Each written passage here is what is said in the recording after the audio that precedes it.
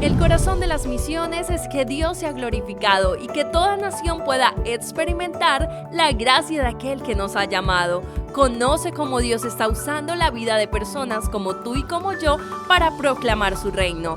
Esto es Entre Hermanos. Hola, sean bienvenidos a su podcast Entre Hermanos y damos gracias a Dios por este día. Gracias también. Tenemos aquí a Javi, que es el host del podcast, y también soy Andy, soy el host del podcast, y tenemos en esta tarde un invitado especial. Es un ex estudiante del Seminario Bíblico Río Grande y queremos compartir de su vida, de su testimonio y de lo que ahora está haciendo a lo largo de su trayectoria. Entonces me gustaría un poco conocerte, hermano. ¿Puedes decir cuál es tu nombre, de dónde eres? Bueno, pues gracias por la invitación. No, hermano, gracias por venir.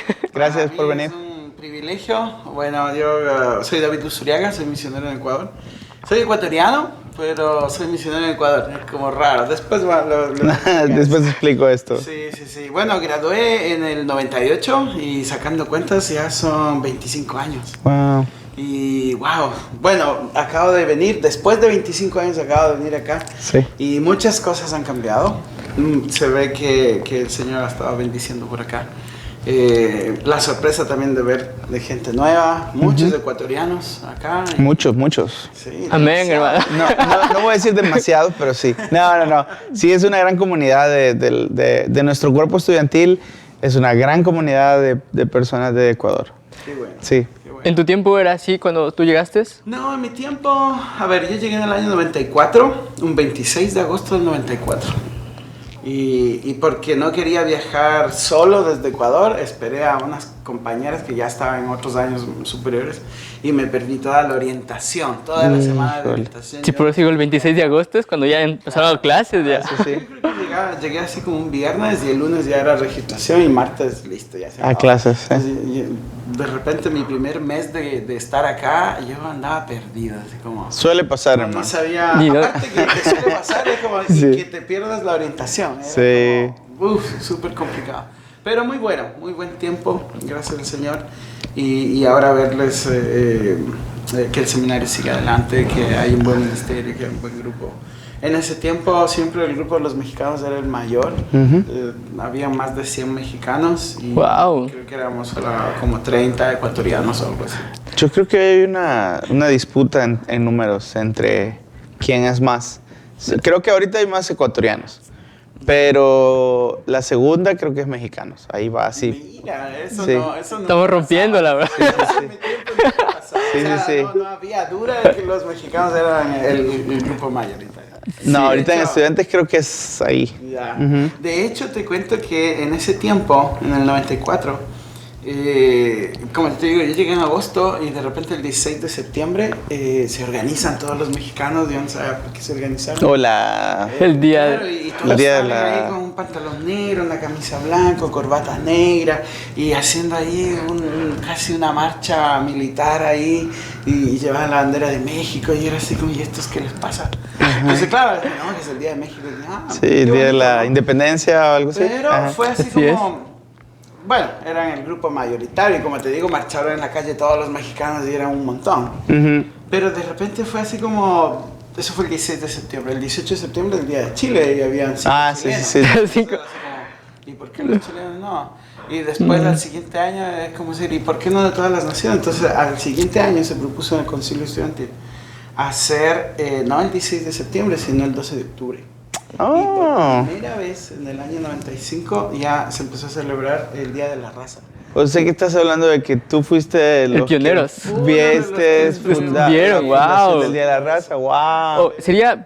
O Javi, hermano, ¿pueden explicar qué es el Día de la Raza? Para los que nos están viendo. ¿Qué es el Día de la Raza? Sería aquí en genial. RGBI? En RGBI. Veamos qué fue y luego lo actualizamos Sí, ahora. sería genial esa parte. Sí. Vamos. ¿Cuál era la idea? ¿Cuál fue la Bueno, idea? La idea central era que se hacía una marcha de todas las nacionalidades y todos marchaban con sus banderas. Creo que los 2 primeros años fue una situación hecha solamente por el concilio y solamente los estudiantes. Algunos misioneros salían a la calle a ver y todo eso. Se daba una vuelta partiendo desde donde era más o menos... No existía este edificio enorme que se Sí. llama la Gran Comisión. No. existía. Ajá. Sí. Entonces más o menos por ahí se partía y ibas toda la calle hasta el fondo, dabas la vuelta y volvías por la otra calle hasta la cancha. Es como que si rodeabas la cancha. Okay. Y ahí en una tarima muy improvisada. ¡Wow! Tarimas. Un remolque de un auto, de una camioneta. Ahí se hizo, había un micrófono y eso era todo. Wow. Entonces se hizo ahí, cada país dijo cuál es su fecha y algunas cosas. Algunos se vistieron con sus trajes típicos. La verdad es que nadie venía con su traje típico, porque es lo que te encontraste ahí, ¿no? Pero después eso fue cobrando un poco más de importancia. Sí. Después ya se hizo con probar comida en el comedor y todo eso, pero al principio fue eso. De todas maneras, al siguiente año, como te digo, ya se programó que el 12 de octubre, Fue el día. de todas maneras, los mexicanos el 16 salieron a marchar solitos. Creo que ni siquiera tuvimos vacaciones, sino que era un día normal, pero igual salieron a marchar y solitos marchaban. Y era así como pobrecitos, ¿no? Hermano David. Pero de repente ya se hizo el Día de la Raza. Ok. Y lo que he visto de repente por Instagram ahora, ¿Sí? que ustedes hacen este tiempo, es así como nosotros no hicimos ni la sombra de eso, así como una pequeña marcha con banderas y eso era todo. Como que duraba un par de horas. Ahora parece que es como... No, ahora es una fiesta. 2 o 3 días, no. Toda la semana ahí. No, lo que sí puedo decir, porque gracias a Dios el año pasado estuvimos siendo parte del equipo de organizador y es una cosa que se prepara con meses de anticipación. O sea, casi que desde que empieza el semestre, estamos como planeando, pues, ¿qué vamos a hacer? ¿Qué va a pasar? ¿Qué va a ser el programa de todo eso? Es un programa de alrededor de 5 horas más o menos, o sea, desde las 8, 9, 10, 11, 12, 1 que termina más o menos, y luego limpiar, ¿no? Es un programa largo, y es eso, es todos los países representados. El año pasado éramos como 20 y algo así, 20 diferentes países, y cada uno tenía su stand adentro de la capilla que la gente ve en las transmisiones, se vacía completa y se ponen stand o mesas, y esa mesa pone comida y pone trajes y pone poco de cultura, y entonces hay un programa de, no sé, de cada país haciendo su presentación. Bailes típicos, he oído ahí que cuentan chistes, anécdotas, poemas, música, 1000 cosas ahí. Y después al final, entonces se abre la comida. Y entonces te dan un plato y tú vas agarrando platos de todo el mundo. Y a veces hay mesas que tienen 5 tipos de comida, o sea, de todo. Entonces tú vas agarrando como poquito de todo, a probar, y no, eso termina uno. Oye, uno de los mayores cambios, digamos que en sentido de infraestructura que he visto, es este nuevo edificio, que no sé ni cómo decirlo, que tienes, ahí adelante tienes el escenario con el púlpito, los músicos, abajo tienes mesas, luego tienes sillas, luego tienes mesas y luego está la cocina. El comedor. Sí, es un polifuncional. El comedor, sí, capilla, y el edificio de al lado, que para nosotros era el comedor, Ajá. ese se llama multiusos. Sí. Ah, sí, el multiusos. Y el otro que es la capilla comedor. ¿no? Sí. Mire, para nosotros ahora llegar, de hecho la misionera que viene con nosotros fue así como, ¿y por qué le dicen a ese multiusos y acá? Y aquí se no. Sí. Te voy a contar una historia con respecto a eso. Cuando yo vine hace 3 años aquí, dijeron una reunión. Igual no vine así fuera del límite de la hora, del tiempo, del día, pero sí vine como en el mero movimiento. Entonces, la primera vez fue como reunión en capilla. No, reunión en la cafetería, que es la parte de atrás. Entonces yo seguí a todos los que dijeron vamos a la reunión y me voy y entramos por la puerta de atrás. Y cuando entramos nos sentamos en mesas, pero todo lo de atrás estaba como apagado, estaba como oscuro, no sé. Y entonces yo tuve la reunión y así, como enfocado, ¿no? En cada cosa, que la F1, que la visa. Entonces uno tiene que estar bien atento ahí y ya. Salgo de ahí y en la noche que iba a ser la capilla o el servicio de recibimiento. Y entonces entré por la otra puerta y dije, ¿cuál es? 2 lugares distintos, en serio, o sea, 2 lugares distintos.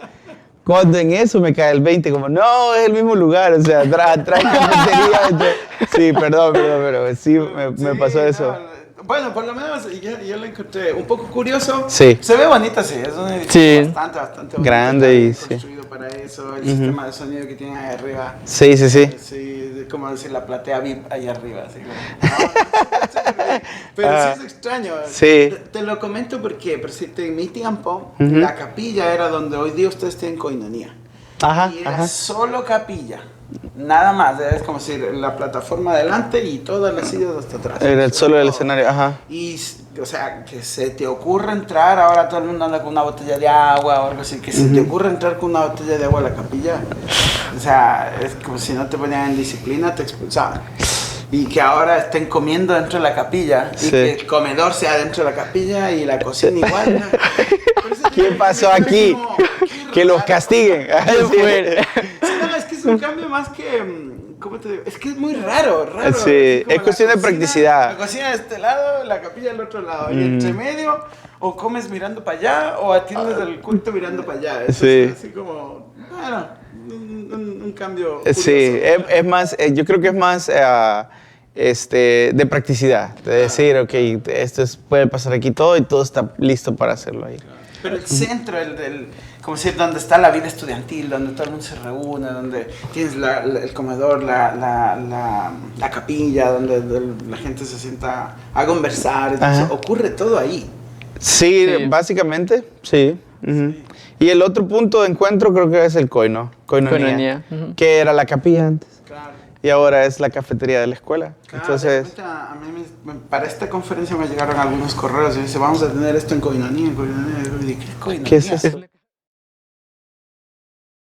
En mi tiempo lo único que existía con la idea de koinonia era los viernes de 7 de la noche a 10 de la noche en la cancha. Todavía hay. Y listo, y no había ni asientos ni nada, era como los que jugaban y los que estaban mirando alrededor parados viendo las 3 horas. Y si querías, no sé, ir a tener un tiempo así con tu novia o algo así, tenías que estar ahí parados viendo un voleibol, viendo un fútbol. Y ahí nomás, eso no ha cambiado, podría decir que eso no ha cambiado, tengo testimonios. No, pero en koinonia sí, tenemos cafecito todas las mañanas. No, luego me invitan a un cafecito un estudiante de Ecuador. Okay. Y ya un café, primero así como que te invitan un café y hecho, ¿no? Sí, no fancy así como café. de la máquina y toma. No. Hecho y te lo hacen y toda la cosa. Y de repente saca su tarjeta de débito Visa Star Wars. Así como, Y de, yo me digo, oye, eso en mi tiempo eso patrocinó Populi. El trabajo estudiante. Me estás mintiendo. No, mira, yo vengo de Ecuador. En el tiempo que yo vine a estudiar acá, mi iglesia, bueno, la verdad que mi iglesia me empezó a apoyar después, con $10 mensuales. Wow. Y era todo el apoyo que yo tenía. Yo no tenía un patrocinador, no había tal, o sea, para mí un billete grande era el de $10 y eso era todo. Entonces, así como de gastarte un café de $2-3, o sea, para mí era el presupuesto del mes. 50% del mes. Entonces, no eran, de lo que yo veo ahora, el cambio de lo que yo era antes, acá como estudiante, no, ustedes están en la gloria. Ustedes están, no diga eso porque nos pueden bajar las reglas. No, pero está bien. Yo te digo, les animo, les felicito, disfruten su tiempo en Río Grande. Se pasa súper rápido. Sí, eso estoy sintiendo. Y es un solo paso. De repente uno piensa así como, llegué a Río Grande y es como, wow. Y no, espérate, Río Grande es el primer paso en tu carrera. No es el último, no, es como, no llegaste a la meta, estás recién partiendo. Y cuando estás con ese ánimo, con eso de que te crees así como soy de cuarto año, sé toda la teología, yo predico y hago todo, y de repente, pum, saliste, se acabó. Y vuelves a la realidad, y es como si te aterrizas en la realidad, a veces de una manera medio accidentada, y te das cuenta que eres recién graduado, no tienes experiencia. Nadie quiere reclutar un pastor o un misionero sin experiencia. Nuevito. Recién graduado, nuevito. Y de repente te enfrentas a un mundo y que ahí entiendes que Río Grande fue una bonita bendición, pero fue una burbuja. y de repente se te revienta la burbuja y vuelves a la realidad y es como decir, ¿y ahora qué hago? Y la verdad es que, por eso digo, disfruten todo, disfruten cada cosa, hasta las cosas malas, disfrútenla igual dentro de Río Grande. Después de eso ya se viene como, ahora sí, la vida real, a trabajar, a sufrirla, a meterse en el ministerio, a ser pastor, a ser misionero, a levantar tu sustento, a lidiar con levantar iglesias. Acá en los Estados Unidos, para los latinos, el ministerio más grande y el ministerio que está fuerte es el movimiento de plantación de iglesias. Sí, ahora en día. Pero eso hace de que si tu fuerte no es la plantación de iglesias, estás marginado. Y posiblemente no despegues Te ahí. va a costar un mundo despegar. En mi tiempo, por ejemplo, cuando muchos salíamos, nos ofrecían, por ejemplo, no es que nos ofrecían, pero Había oportunidad de ministerio. Pequeñas oportunidades así, muy pequeñas. Una oportunidad para 30 graduados. Y el que agarró. Entonces te decían así como, hay una iglesia por ahí que anda buscando un pastor. Y era como, todo el mundo quería mandar su currículum y todo. Como si fuese un trabajo. Actualmente ya es bastante así, pero hace 25 años atrás era como, tú no llegas a ser un pastor por currículum. No era bien visto. Exacto, era como, no puedes así como, yo tengo un contacto. No puedes aplicar a un currículum a esta iglesia que me llamen. No era así antes.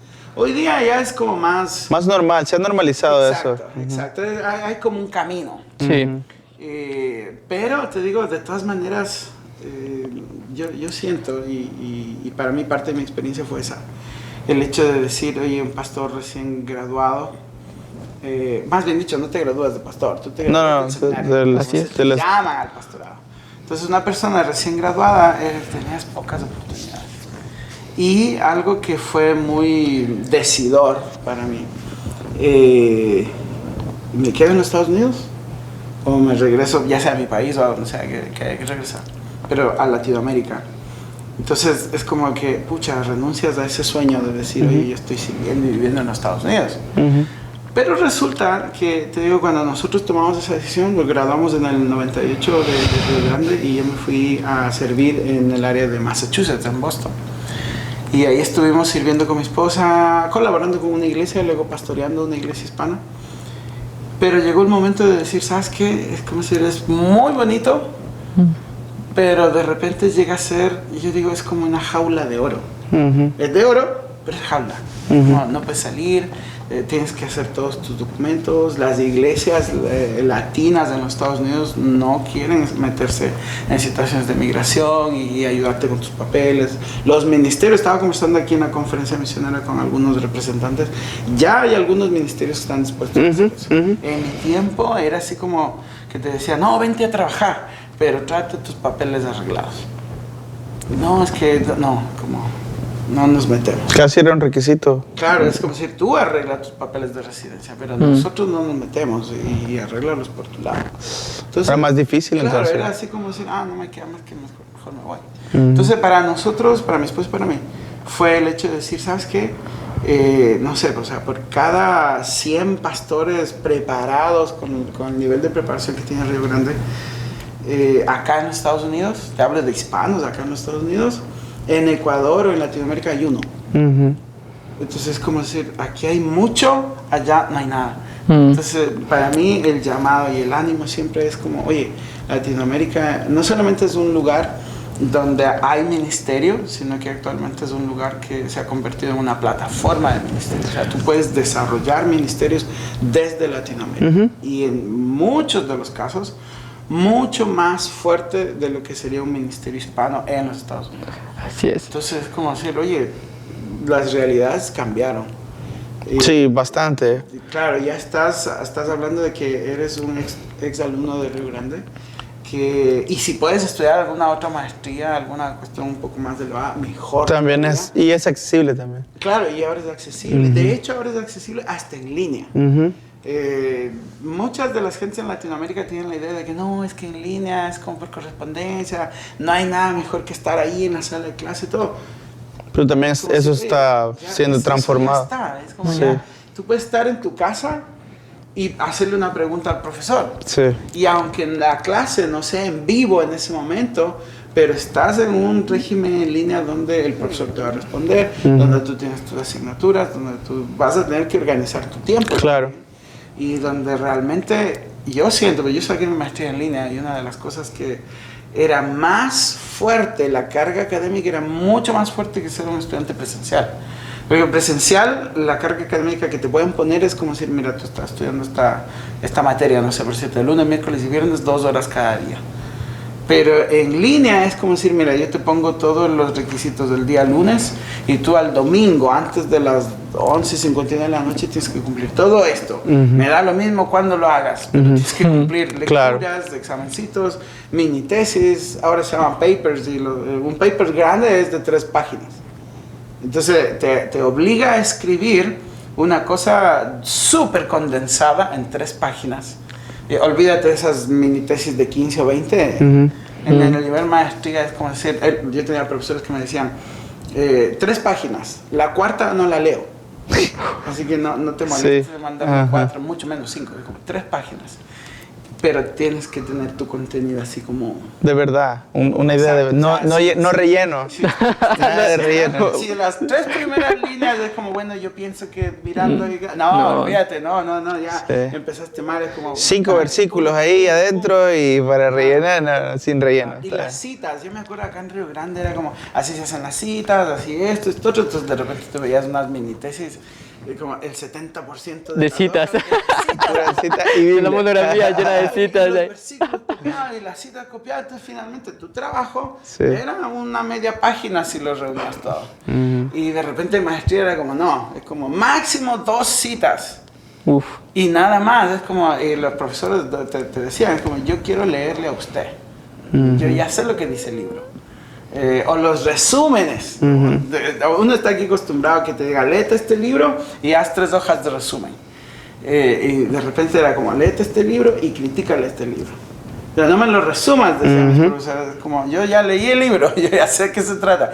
Quiero que tú me digas cómo ves, cómo piensas que está escrito, en qué áreas el autor está bien, qué áreas el autor está mal. Y si todo lo encontrabas bien, el profesor te criticaba, decir que no puede ser que 100% tú estés de acuerdo con el autor del libro. Entonces de repente era así como, oye, a mí Río Grande me proveyó una plataforma increíble para un ascenso académico y teológico que pocas veces se ve en Latinoamérica. Sí hay, no te digo que no, sí hay, pero no es muy común. Puedo ser que sea por el ritmo también, o sea, porque el tema de Río Grande es que estás...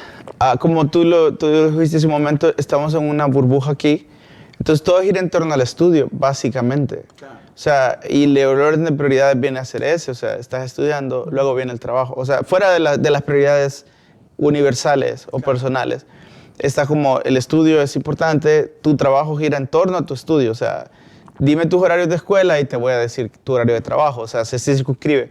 Y luego, en tercer lugar, podría ser, o ahí en el orden, tu ministerio práctico, porque no es todos los días, es 1 o 2 veces por semana, entonces como ahí va el orden. Entonces, estás como entregado a eso. Claro. Pero en Latinoamérica, como tú acabas de decir, y tengo amigos así ahorita, que estudian la maestría una semana, en una semana estudias todas estas cosas y ve, haz lo que tengas que hacer cuando tú digas. Entonces, o sea, tu ministerio práctico ya no son... No, ya no son 2 días, 2 horas. Tu ministerio práctico es permanente. Constante. Y eso veíamos con ellos porque era como, tenían ellos, muchos son bivocacionales, entonces tienen que trabajar, pastorear y estudiar. Entonces es una cosa tremenda. Y te digo, mira, déjame decirte, cuando yo saqué mi maestría online, yo estaba en Chile. Y a la misma vez es como decir, lo básico y lo normal es como decir, eres esposo, eres papá, que eso es como decir, ya eres, ¿no? Eso es lo tuyo, sí, eso es lo tuyo ya. Tenemos una expresión en Chile que dice que hay que parar la olla, es como decir, y tienes que seguir trabajando porque tus hijos siguen comiendo y tienes que pagar el arriendo, tienes que pagar la luz, el agua y todas las cosas, o sea, eso no para, no te espera. Pero acompañado a eso, por sobre eso, yo estaba en el Ministerio Pastoral, estaba dirigiendo Samaritan's Purse en Chile, estaba enseñando en la Facultad Teológica, era directivo de una agencia misionera chilena, y era pastor, y era esposo, y era papá. Entonces, sabes que en un momento dado para mí era como decir, sí, eran mis fuerzas. Yo empecé el ministerio pastoral a mis 30 años, ya fuerte y derecho. Y yo pensé así como, dale. De hecho, llegué a un momento en que me fui de vacaciones a Ecuador. Y estando en el avión de regreso de Ecuador a Chile, mi esposa me dice, a mí me encantaría trabajar en Ecuador, servir aquí en Ecuador. Y de repente, así como yo le digo, ¿en serio? La verdad, yo no, hasta ahora no siento un llamado a Ecuador. Y no porque no, sino que era así como, no le veo perspectiva, no le veo proyección a Ecuador. Por lo menos para mí. Sí, no tu punto personal. Tu punto personal. ¿Y en qué año era eso? 2016. Ah, ok. Entonces, Antes de pandemia. Claro, todo antes de pandemia. Entonces, de repente, entre el 2016 y el 2018, el Señor hizo un cambio, pero es un cambio, o sea, ¿cómo te digo? Dicho románticamente, es como si me confirmó un llamado de ir a Ecuador. Pero la manera en que me confirmó un llamado de ir a Ecuador es que, te digo, yo estaba al tope de mis fuerzas y terminé el año agotadísimo. Terminé el año con muchas situaciones complicadas dentro del ministerio. Terminé el año por salud física y también por un sostenimiento quemado. espiritual, claro. Yo renuncié a Samaritan's Purse, renuncié a la agencia misionera, renuncié a la facultad teológica. Y ya dije, no, ya con esas tres está bien. Y me dedico al ministerio pastoral. Pero para mí fue como, en el momento que lo hice, ya fue muy tarde. Entonces, en el momento que lo hice era así como, ya no tenía ni fuerzas.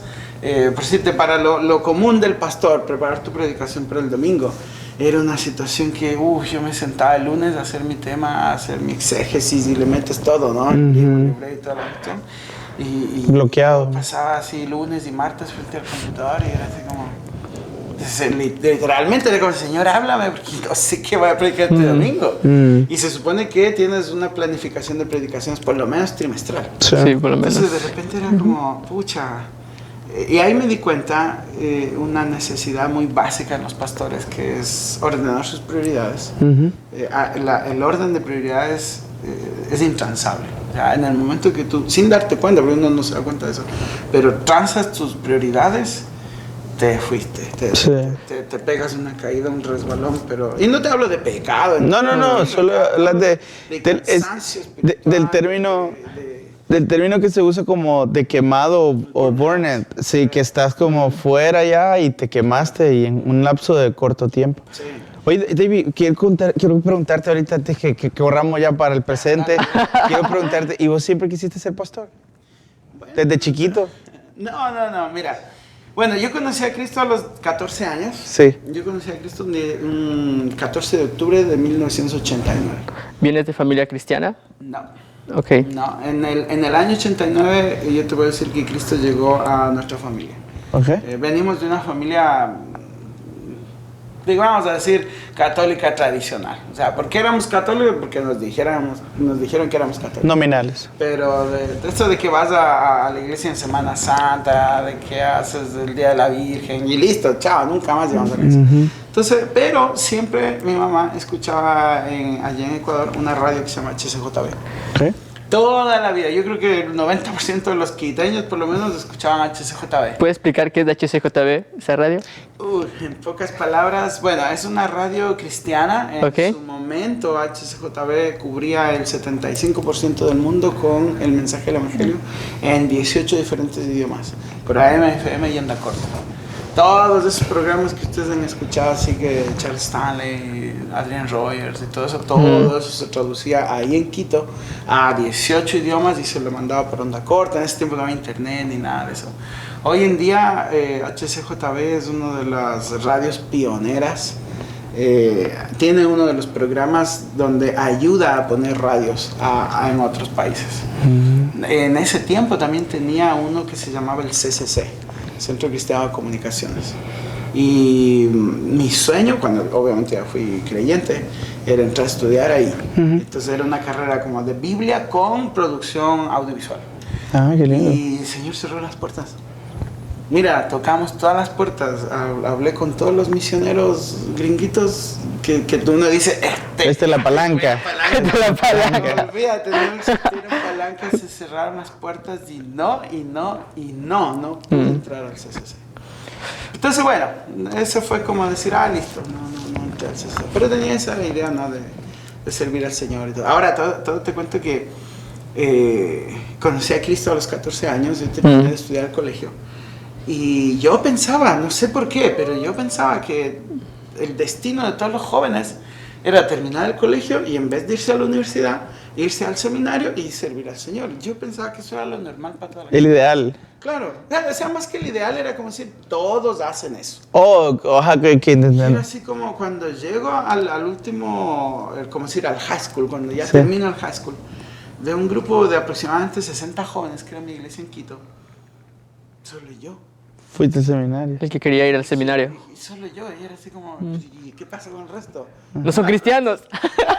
No sé. Están arruinando el proceso. Choque, una cuestión así, ¿qué les pasa a estos?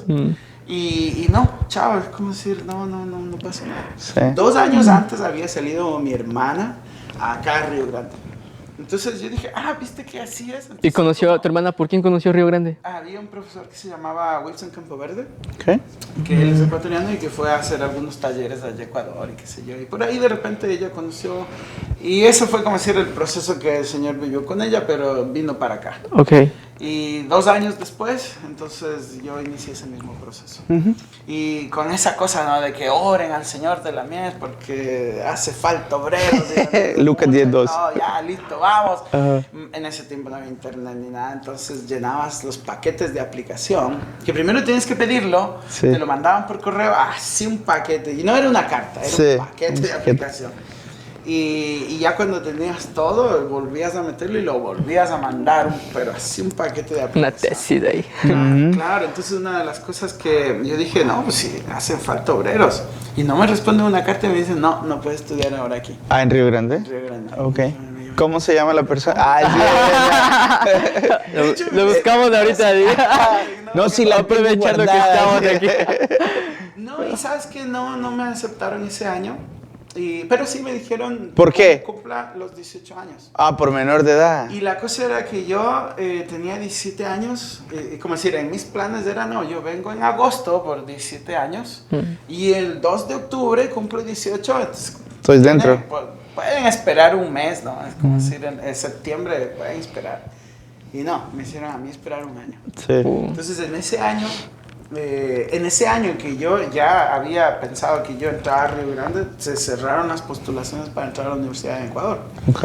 Entonces era así como, pucha, no postulé a una universidad y del seminario me dicen que no, entonces, ¿qué hago ahora? Digo, no puedo quedarme un año así nomás. Entonces busqué un trabajo.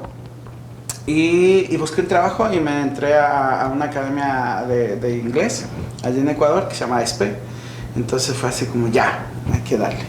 Ahí aprendí inglés. Y después del año, entonces ya yo mandé una carta diciendo así como, oye, ya pasó el año, ¿qué hago ahora? Es como si vuelvo a aplicar y todo. Y a vuelta de correo, porque todo era correo. Me llega el I-20 y todos los días es como decir bienvenido. Y fue así como, ya vamos. Pero fue un tiempo en que el Señor me probó ese año. De hecho, el Señor me probó, mi papá me probó, mi pastor me probó, todo el mundo me probó ese año. Para ver si realmente era cierto, si yo quería hacer Tu llamado. y estar en el seminario. Cuando mi hermana se fue a Río Grande, se terminó el grupo de jóvenes, yo no sé por qué. Se acabó el grupo de jóvenes, no había el grupo de jóvenes. Y cuando entonces a mí me dicen que espere un año y me quedo sin nada que hacer un año, el pastor de la iglesia me dice, levantemos un grupo de jóvenes. Pero él y yo. Así como... ¿Cuántos jóvenes Solo eran somos antes? dos. Antes eran unos 30 jóvenes. Entonces estaba así grande. como, ¿y qué hacemos? En ese tiempo no había redes sociales, un grupo de WhatsApp. Un grupo de WhatsApp. No había eso. Entonces literal fue invitarles, llamarles, animarles. Mira, cuento corto, después de un año éramos un grupo de más de unos 60. Qué Y bueno. por eso mi idea era, no, y todos vamos a ir a servir al Señor. Y todos decían, sí, amén. Sí. Y cuando yo voy saliendo, era como nadie fue conmigo. Ni despedida me hicieron. Pues. Chica, ¿qué pasó? A mi hermana, cuando se fue mi hermana a Río Grande, le hicieron un paseo de la iglesia. O sea, te hablo de los Wow, de la iglesia. Dos buses y todo. y cuando me fui yo, de hecho... es como- Ni el pastor llegó ahí. Justo en ese año mi iglesia cambió pastor. Entonces el nuevo pastor no sabía. Sí. Literal, no sabía. Y cuando yo le dije, ya pasó un año, yo escribí una carta y me dijeron que ya, que estoy aceptado. Y así como me quedé mirando y te vas al seminario. Y es como decir, me voy, le guste o no le guste. Sí. O sea, porque yo ya hice toda mi aplicación con el otro pastor. Los jóvenes que se habían organizado, lo típico es como decir, el más guapo, el más encachado, el que tocaba la guitarra, era el presidente. La niña más bonita, la más santita, toda la vicepresidenta. Y no queremos decir nombres. Sí, me están viendo. Los pobrecitos como yo, menos aventajados, a mí me tocó vocal de aseo. Encargado de escobas. Eso es nuevo que escucho, vocal de aseo. Media hora antes, poner las sillas y todo, después que se terminaba todo, volver a guardar, a limpiar, pues esa era mi labor. Y lo chistoso fue que ese grupo lo levanté yo. Y al final, es como decir, se vuelven a hacer de como las de elección, bueno, no elecciones, pero como organización, y vuelvo a quedar de vocal de aseo. Y el día que me comunica me dice, oye, ¿vas a continuar el vocal de aseo? Y como, yo me voy el viernes. Y, ¿en serio? ¿Dice, para dónde vas? Yo me voy Sí, con gusto. Ahorita te enseño mi carta. De que ya me voy. Pero así fue, esa fue mi salida. Es como decir, yo salí del Ecuador, así como, y creo que nadie supo. Oye, vamos a tomar una pausa ahorita, Sí, ¿cierto? wow. Y vamos a contarme cómo fue este rollo, porque ahorita está mucha tendencia a decir que se queden o que se vayan a países no alcanzados, por ejemplo. Pero tú tuviste un llamado posterior de un proceso a volver a tu Ecuador. Entonces, ¿cómo es ese proceso? ¿Cómo es que Dios te manda a ser ministerio misionero en tu mismo país? Que es un poco extraño. Pasa, pero no es común, ¿sí? Claro. Hola, soy Janet Mena de Ecuador y muchas gracias por escuchar nuestra segunda temporada de Entre Hermanos. A mí personalmente me encanta escuchar el podcast mientras estoy corriendo o haciendo mis tareas y ha sido de una gran bendición para mi vida y esperamos que también sea para la tuya.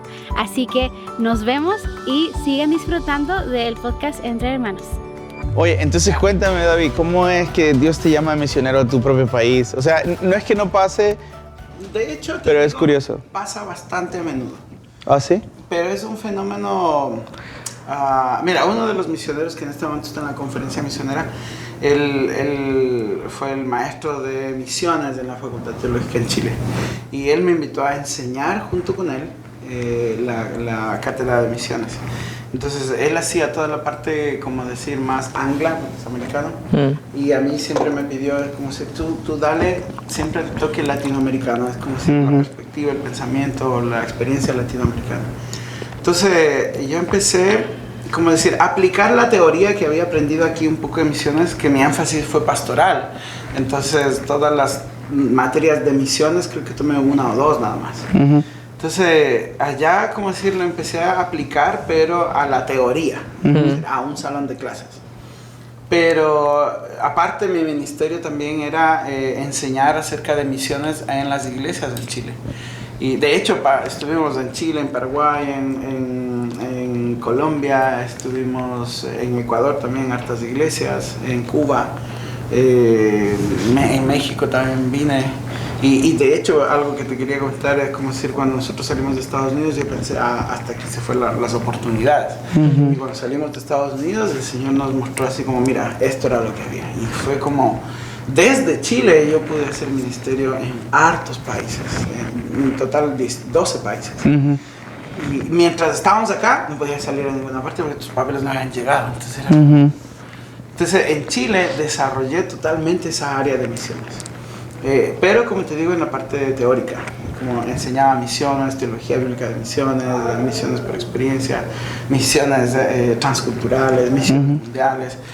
Y de repente llega un momento en que el hermano tiene que regresarse a Estados Unidos y no había otro profesor de misiones más que yo.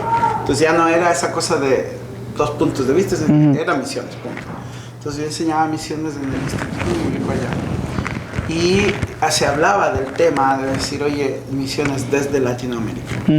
Y es diferente a misiones desde Estados Unidos. Aún siendo latino, pero misiones desde Estados Unidos es otra cosa. Claro. Entonces, de repente fue como, llega el Señor y como te digo, a un casi burnout. De repente Dios me da esa oportunidad de tener este descanso. Yo salí del ministerio pastoral y literalmente salí a un descanso. Y que es un descanso, pero que ahora te digo, fue 1 año y medio y fue bueno. Pero en ese momento era como salí y ¿qué hago? Claro, sorpresa. O sea, era una cuestión muy rara de orar. Muchos pastores, amigos míos, de repente ya me dejaron de escribir. Todos esos desayunos pastorales que te llegan, Pastor David, usted te invitaba a esto, cesaron. Se acabó. Una ocasión me encontré con un amigo pastor y me dice, ¿cómo estás con tu esposa? Y como, bien, como, sí, yo acabé de renunciar al pastorado de la iglesia, pero así como, no, estamos bien, esta es una situación que se toma en consenso. Y dice, pero tú no fuiste infiel con tu esposa. Oh, especulando, sí, ¿quién estaba saliendo? No. ¿Quién te dijo eso? Dice, no, yo supe que te echaron de la iglesia por adulterio. No. Wow, ese punto. O sea, y por eso te digo, o sea, mis amigos pastores, Sí. Un saludo para ustedes. Así es. No, pero mira, vale la pena mencionarlo, quedaron 2. De varios, pero quedaron 2. Gonzalo Ugalde, él se acerca y me dice, quiero invitarte a mi casa, a mi iglesia. Vive al otro lado de Santiago, entonces no era opción de volver a congregarme en la iglesia de él. Pero me dice, quiero invitarte a mi casa y quiero que no hablemos del tema, quiero que te rías. Como amigo. Y mira, me invitó, cocinó algo, con familias, hicimos una comida, pasamos un domingo espectacular. Y era el hecho de decir, un amigo pastor que dijo, yo no quiero hablar del problema, no quiero que me cuentes nada, quiero que simplemente te rías, que descanses. Y el otro pastor que finalmente, porque tienes que seguir congregándote, claro. Es como si yo con Dios no tuve problemas. No. Entonces llegamos a la iglesia bautista misionera de Puente Alto en Santiago, con el pastor Fernando Berríos, y también mis hijos entraron al grupo de jóvenes de ahí y nos acogieron. Actualmente es nuestra iglesia enviadora, pero es nuestra iglesia sanadora. Entonces fue la iglesia que el Señor usó para estabilizarnos, para darnos una plataforma y para volvernos a lanzar. Y en enero del 2018 el pastor Fernando agarra y dice, vamos a poner las metas para la iglesia este año. En enero dice, quiero algo así como 30 personas nuevos convertidos y bautizados y discipulados y todo, y vamos a trabajar por eso, quiero esto, y de repente dice, y quiero mandar otra familia misionera al campo. Ya nuestra iglesia había enviado 5 familias misioneras, y es una iglesia pequeña, de aproximadamente unas 120 personas. Entonces dice, quiero enviar otra familia misionera al campo. Es como, bien, buena meta, pero ¿quién? Y me dice, tú fuiste pastor, fuiste profesor de misiones, de todo, tú estás a cargo del ministerio misionero de la iglesia.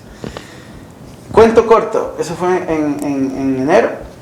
En diciembre nos estábamos yendo nosotros. Y así como enviados como misioneros desde Chile hacia Ecuador a un ministerio que hoy día te digo se llama Apoyo Pastoral, que yo toqué las puertas de este ministerio en el 2016 cuando me enteré por ahí que había un ministerio que se llama Apoyo Pastoral y que podían viajar a Chile a darnos una ayuda como iglesia.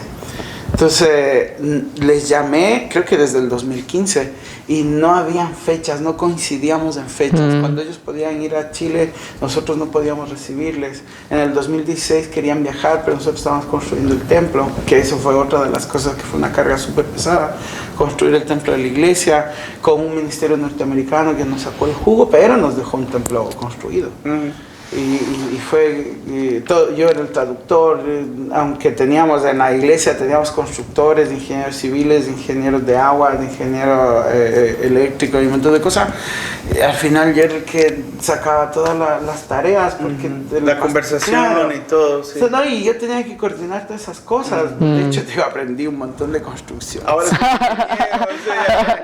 no, es que habían las reuniones de planificación y un pastor con toda esta bandada de ingenieros y te hablaban que la rasante, que la medida, que la norma, que esto, que esto otro.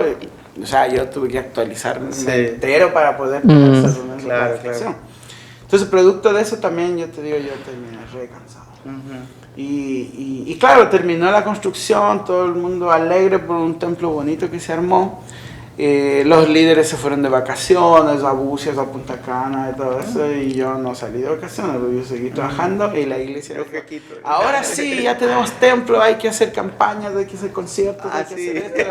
Entonces yo no terminé de descansar y empecé con una serie de eventos que había que hacer en 2017, y como te digo, para mayo del 2017 yo renuncié al pastorado de la iglesia. Ya no tenía más, o sea, ya ni siquiera te puedo decir que fue tal cosa la gota que derramó el vaso. No, es como decir, yo llegaba con un agotamiento terrible. Y ahí el Señor me toma, me dejé todos los ministerios, digamos que por la puerta de adelante. Y de repente voy a esta iglesia a congregarme y volví a mis raíces. Es como decir, mi labor, siendo pastor, teniendo la maestría en teología, teniendo experiencia, habiendo sido maestro de misiones y de Biblia y de hechos y no sé qué más, mi labor en la iglesia era pararme en la puerta y darle bienvenida. Y ni siquiera que me nombraron eso, es como que de repente cuando los hermanos que hacían eso nos llegaban, yo me paraba en la puerta y les daba la bienvenida a todos los hermanos, y siempre con una sonrisa, siempre haciendo, no un chiste, sino como haciendo sentir gratos. Y cuando nos despidieron de la iglesia para enviarnos al campo misionero, la gente decía, fueron tan... verles a ustedes en la puerta nos daba tanto ánimo de volver a la iglesia, de estar en la iglesia, de llegar un domingo al culto. Y pregunta, hermano David, para ti, ¿qué es el servicio a Dios? Yo te digo, o sea, dicho en palabras sencillas y en pocas palabras, hacer lo que Dios te mandó a hacer, en dónde te mandó a hacer y de la manera que te mandó a hacer. Y te digo, suena medio raro, pero uno siente cuando no estás en el lugar que Dios, que sabes que no estás en el lugar que Dios te había mandado. Dios te mandó para la derecha y tú te fuiste para la izquierda, y tú sabes que no estás en ese lugar. De repente estás luchando porque tú quieres, no sé, por ejemplo, ser un evangelista, y estás ahí luchando por hacer una campaña evangelística, y de repente es como si Dios no te llamó a eso. Y tú sabes. Entonces, de repente te digo, para mí el ministerio era dar la bienvenida a la gente. Y de hecho te digo, por ejemplo, terminé una maestría en divinidades y tengo la posibilidad de estudiar otra maestría ahora, que me encantaría tomar la maestría en teología, pero finalmente es como decir, oye, hay tantos teólogos. Aquí había un profesor que se llamaba Aaron Jewett, y él decía, los tíos locos. Los tíos locos. Los tíos locos, que finalmente, no te digo que la teología es mala, la teología es muy buena, es muy útil. Pero a la gente ahí, en la banca de la iglesia, no le interesa una clase de teología. A la gente que está en la banca de la iglesia, que viene a escuchar una predicación, lo que le interesa es saber cómo vivir una vida cristiana vibrante. Entonces, cuando tú le predicas del griego y del hebreo y de por aquí y por acá, es como, lo que van a salir diciendo es como, oye, el pastor es muy inteligente. Pero no van a salir diciendo, el Señor me habló. Exacto, es como si el Señor me habló, el Señor me dijo, el Señor me ayudó. O sea, mi entendimiento y cuando yo más disfrutaba era cuando las gentes terminaban en un culto y a mí me decía así como, gracias pastor, como el Señor tocó mi corazón. Ahí yo me sentía realizado. Así es. Para mí eso es tan importante. Entonces de repente la teología no es que sea mala, no me malentiendan en eso, sino que de repente la teología ocupa un segundo lugar. El primer lugar es llegar a vidas tan sencillas, a visitar a las abuelitas, a tomarte un café con una familia. Eso. Mira, en el Evangelio, en el libro de los Hechos, capítulo 15, cuando Pablo empieza su segundo viaje misionero, habiendo yo organizado muchos viajes misioneros a otros países, y es una logística terrible, o sea, tienes que levantar fondos, tienes que hacer un montón de cosas, y sobre todo tienes que justificar por qué quieres ir. Ahí, para su segundo viaje misionero, Pablo le dice a Bernabé, vamos a ver cómo están los hermanos. Y organizan el segundo viaje. O sea, ¿qué de teológico le encuentras de eso? Entonces, muy pastoral. ¿No crees? Vamos a verlos. Punto. Acababan de hacer el primer viaje y mucha gente se convirtió y les fue súper bien. Y el segundo viaje era, vamos a verlos cómo están. Hoy día, hasta para ir a visitar a una persona, tú tienes que decirle, hermano, quiero ir a visitarle porque queremos planificar un ministerio y tiene tiempo, revisa su agenda y qué sé yo. Y las bases del ministerio es ver a la gente imitar a Cristo. Que vean a Cristo como alguien que se puede imitar. De hecho, mira, yo he escuchado líderes que te dicen, líderes de iglesia, pastores de iglesia que te dicen, somos pecadores, porque eso dice la teología, somos pecadores, nacimos en pecado, y tenemos que saber vivir como pecadores. Yo toda la vida crecí pensando eso. Y una de las cosas que yo encuentro en el Evangelio, de repente, cuando la gente le trae a la mujer infiel, que debían haberles traído a los dos, sino que le trajeron solo a ella, el Señor hace todo lo que hace, pero al final le dice, vete y no peques más. Y mi pregunta es, ¿tú crees que el Señor Jesucristo le dice a alguien algo que es imposible de hacer?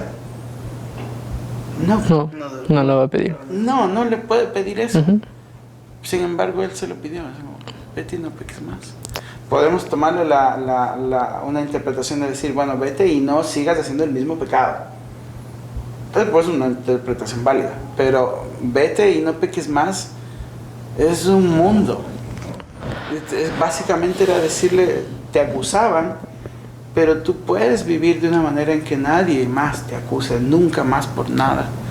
Y ahí te digo, yo encuentro la base de pensar, ¿qué necesitan las iglesias hoy? No un excelente sermón teológico, sino necesitan ver vidas que se pueden imitar. Cuando tú le ves a Elías, por ejemplo, ahí en Segunda Reyes, en Primera Reyes, con los 400 profetas de Baal. O sea, ¿quién de nosotros somos? O sea, yo soy igual a Elías, levante la mano. No, nadie. Para decirle, ya, Señor, tiró el agua, las piedras, todo, manda fuego del cielo. Eso iba a decir. No, eso solo lo hace Elías. Sí. ¿Cómo me relaciono yo con él? Yo, David Usuriaga, del año 2023, ¿cómo me relaciono con Elías? En el capítulo 19, cuando él dice, no soy yo mejor que mis padres, mátame. O sea, me ha ido mal, he luchado, he orado, he predicado, he enseñado, y esta gente no se quiere convertir. Y ahí viene, o sea, después del versículo 9, viene esta idea de decir, oye, es como si matan a los profetas, nadie se convierte, nadie se arrepiente, y te estoy sirviendo en vano. Ahí sí me relaciono con Elías, ahí digo, ese soy yo. Pero, exacto, el de la prueba, el que está mal. Y de repente hay dos preguntas ahí en 1 Reyes 19. Y le dice, ¿qué estás haciendo? ¿Qué haces aquí? Jehová 2 veces le dice, ¿qué estás haciendo? Y te digo, para mí fue, ¿qué estoy haciendo? Me estoy matando, me estoy quemando, me estoy cansando. Es como decir, estoy haciendo todo en mis fuerzas, pensando que mi ministerio vale la pena porque el hebreo, el griego, la exégesis, y de repente lo único que importa es que la gente te vea como pastor y que la gente diga, sí se puede llevar una vida cristiana digna adelante. Amén. Y sabes algo, hermano David, bueno, ya pasan, como un poco regresando, ya pasan 25 años desde que tú llegas a Río Grande. Bueno, no le invitamos del podcast Entre Hermanos como para que venga desde Ecuador, no tenemos el presupuesto, aún no. Y llegará ese día. Pero vienes, veo que llegas con una misión. Aquí estamos en conferencias misioneras en este tiempo, entonces ya lo hayan visto por las transmisiones que se está dando en vivo. Pero cuéntanos un poco, porque veo que dice en tu camiseta Voz y Manos, es tu proyecto nuevo que estás ahora emprendiendo. Cuéntanos un poco acerca de eso y cuál fue el motivo de tu venida aquí a Río Grande. Perdón, yo quiero saber, ¿nunca habías venido desde que te graduaste? No. O sea, desde hace 25 años hasta desde hoy. Mayo del 98, primera vez que regreso. Y bueno, venimos a la conferencia misionera. A ver, para ordenar rapidito, la idea es que en diciembre del 2018 yo llego enviado como misionero al Ecuador a Voz y Manos. Ahora, en ese momento no se llamaba Voz y Manos. Es un ministerio que todo el mundo conoce como HCJB. Por lo menos en Latinoamérica se conoce mucho HCJB. Y llego como misionero allá. de repente la organización grande que está sobre HCJB y todo se llama The World Radio Missionary Fellowship, y ellos deciden hacer varios cambios estratégicos, no recientemente, sino que ya hace varios años, y uno de los cambios estratégicos fue que la radio va a funcionar sola. Todavía, como decir, bajo el alero, bajo la amistad, digamos, de esta organización grande, pero va a funcionar sola. Ahora, se le dio un edificio, se le dio un presupuesto para que inicie, o sea, no para que inicie, sino para que continúe, y se le dio el nombre. Y como se llevó el nombre, todos los que no éramos radial, ¿y cómo nos llamamos? Entonces, en ese momento, yo creo que un 90% de los misioneros de esta organización es de una agencia misionera norteamericana que se llama Reach Beyond. Entonces le dijeron Reach Beyond. Pero situaciones tan difíciles como, por ejemplo, pago de impuestos, funcionar como una fundación norteamericana dentro del Ecuador era bien complicado, hasta situaciones como decir así como, deme su correo. Entonces ahí le tenías al gringuito ahí diciendo el correo, casi deletreando palabra por palabra, @reachbeyond. No, era un desastre esa cuestión. Entonces así duró como unos 7, 8 años, yo creo, hasta que dijeron, no, ahora la misma historia de la radio va a sufrir este otro segmento de ministerios, somos 3 ministerios, y se le puso Voz y Manos. Ahora, ¿por qué se le puso Voz y Manos? De hecho, en la conferencia misionera, si ustedes se acercan a Reach Beyond, dice Reach Beyond, the voice and hands of Jesus together. Entonces, o sea, a alguien se le ocurrió la brillante idea de ponerle Voz y Manos. Es nuevo, estábamos recién desde el 2020 con ese nombre, pero desde 1931 trabajando en este ministerio. Inició el Ministerio de Apoyo Pastoral en el 90 con un programa que se llamaba la Academia Cristiana del Aire. No sé si tú lo escuchaste alguna vez. No, HC, sí, HC siempre. tenía un programa que se llamaba la Academia Cristiana del Aire. Y era del aire porque se daban básicamente clases bíblicas en la radio. Y la gente escribía y se le mandaba los apuntes, se le mandaban los exámenes. Y por eso se llamaba así. Entonces, a raíz de lo que te digo, que yo necesitaba como decir una ayuda, que nunca coincidimos fechas y nunca llegó. Entonces, en mayo del 2018, el que fundó Apoyo Pastoral dentro de Voz y Manos, se llama Américo Saavedra, él me invita a un viaje misionero a la Argentina. Solamente con el propósito de ir, conocer, ver el ministerio ya de primera mano y llevarlo a Chile. Porque nosotros vivíamos en Chile y servíamos en Chile. Pero estando en Argentina, el Señor fue así como, ya. Yo digo, el Señor me llevó a Argentina a un lugar donde no había ni wifi, man. ¿Sí? Entonces, alejado de todo, no había tele, no había wifi, no había nada, el hermano Américo y yo. Y para mí fue una semana de conferencia pastoral personal.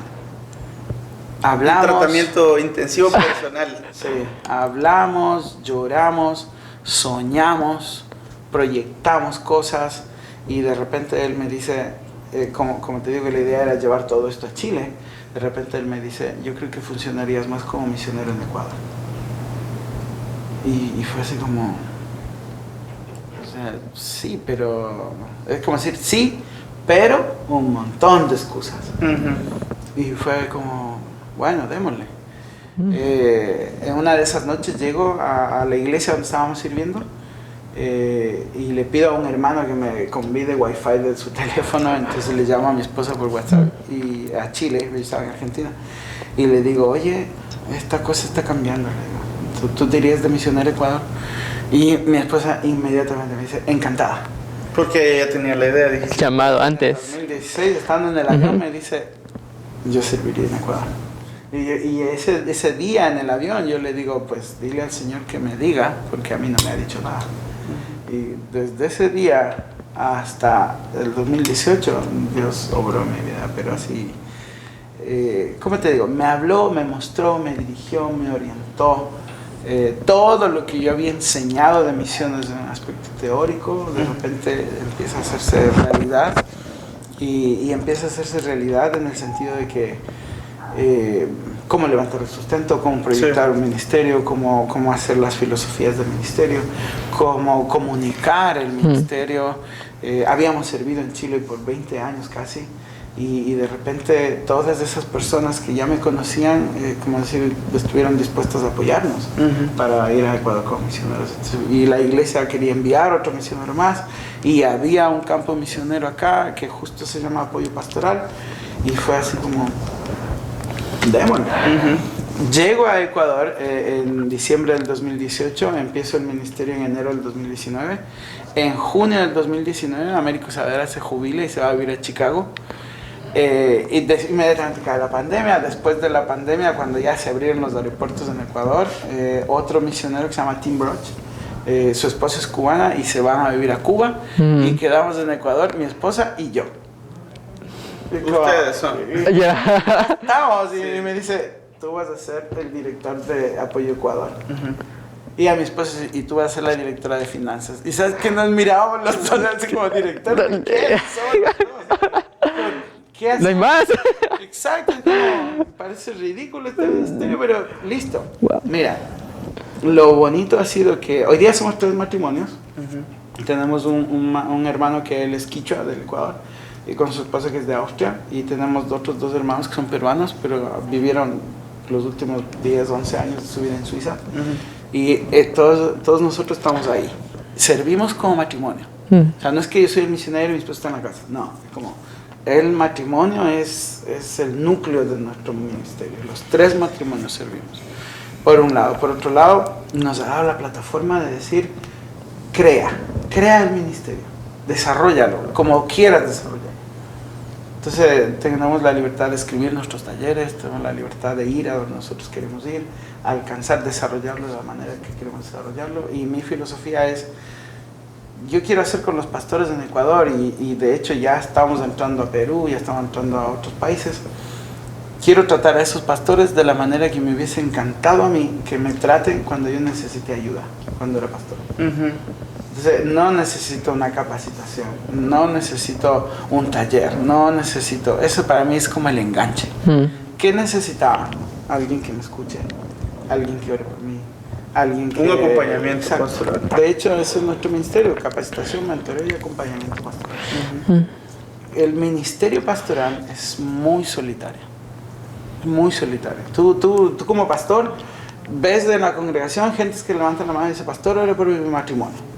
¿Cuántos pastores han oído que desde el púlpito digan, hermanos, oren por mi matrimonio? Pasa que a veces también eso es un sinónimo de debilidad. Exacto. O sea, no podemos ver al pastor débil. Y lo he oído en algunos casos así como, el pastor es débil, está así, lo está pecando, no sé, ya. Así es. Exacto, es como decir, ¿qué clase de pastor tiene problemas matrimoniales? Oye, todos, como toda la gente, tienes problemas matrimoniales, el ministerio hace mucho... no te digo mucho daño, pero lastima tus relaciones familiares con tu esposa, con tus hijos.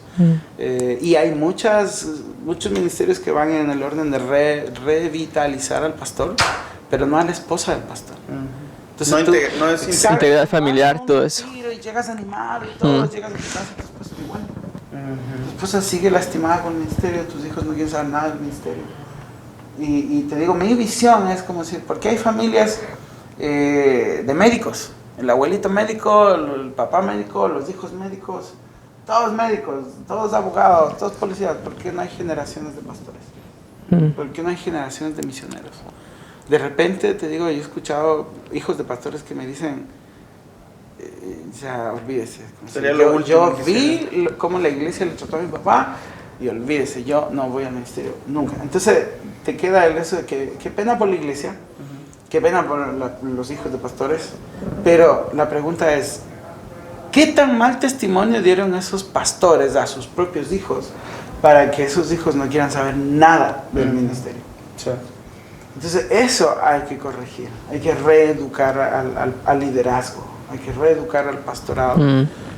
Hay que decirles, mira, servir al Señor es sacrificado, no te digo que no, tiene sus costos, no te digo que no, pero no debe ser una situación que servir al Señor sea algo que te arranque la vida. Al contrario, tú tienes que servir al Señor gozoso. Si te cansas, con gozo. Si te agotas, con gozo. Si te va mal, con gozo. Si hiciste una conferencia para 200 personas, llegaron 3, con gozo igual, porque lo estás haciendo para el Señor. Pero si en un momento dado llegas a que el ministerio sea algo fastidioso, es como decir, prende tus radares porque algo está pasando ahí. Busca ayuda. Hola, soy Billy Jackson, el director del podcast. Gracias por escucharnos. Si disfrutaste el episodio, por favor, déjanos un comentario, una calificación, un rating. Por último, puedes suscribirte para no perder ningún episodio. Si quieres conocer más del Seminario Bíblico Río Grande, puedes en la página web riogrande.edu. Gracias por ayudarnos a crecer como podcast. Muchas gracias.